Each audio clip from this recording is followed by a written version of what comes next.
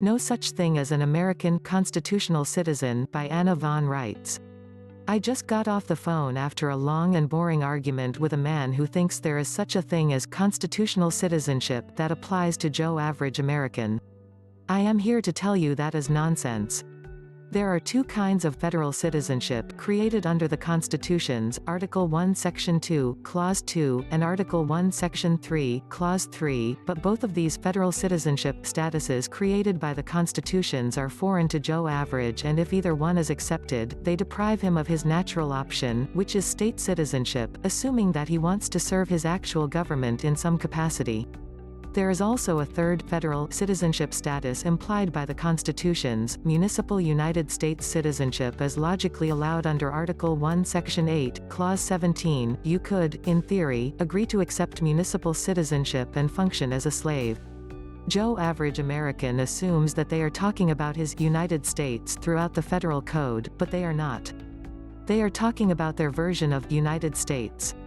Joe Average American also thinks that they are talking about his citizenship, in citations like 8 U.S.C. 1101, A21, and 8 U.S.C. 1401, but they are not.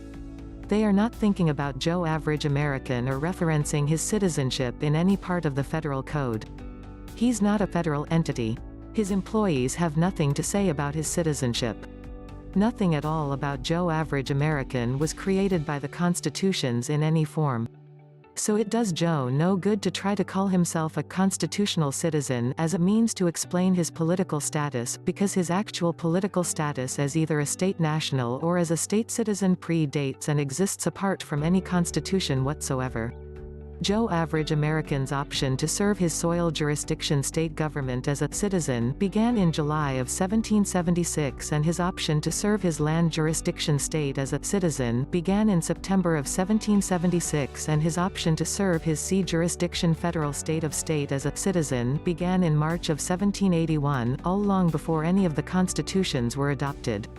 Joe Average American citizenship, to the extent that he chooses to voluntarily serve his government as a citizen of any kind, is explicitly non-constitutional, because his government and his citizenship with respect to his government was neither created by nor defined by any federal, territorial or municipal constitution. Joe Average American citizenship, to the extent he accepts a duty to serve his government at any level, exists in a foreign jurisdiction, too. Joe Average American's government serves the land and soil jurisdiction of this country, and to the extent that he serves his government as a citizen, he serves the land and soil jurisdiction, not the watery domain of the federal government. Poor old Joe is trying to make the point that he is owed the constitutional guarantees as one of the people of this country, but by calling himself a constitutional citizen, that is, federal citizen, he is unwittingly admitting that he is owed no such guarantees at all.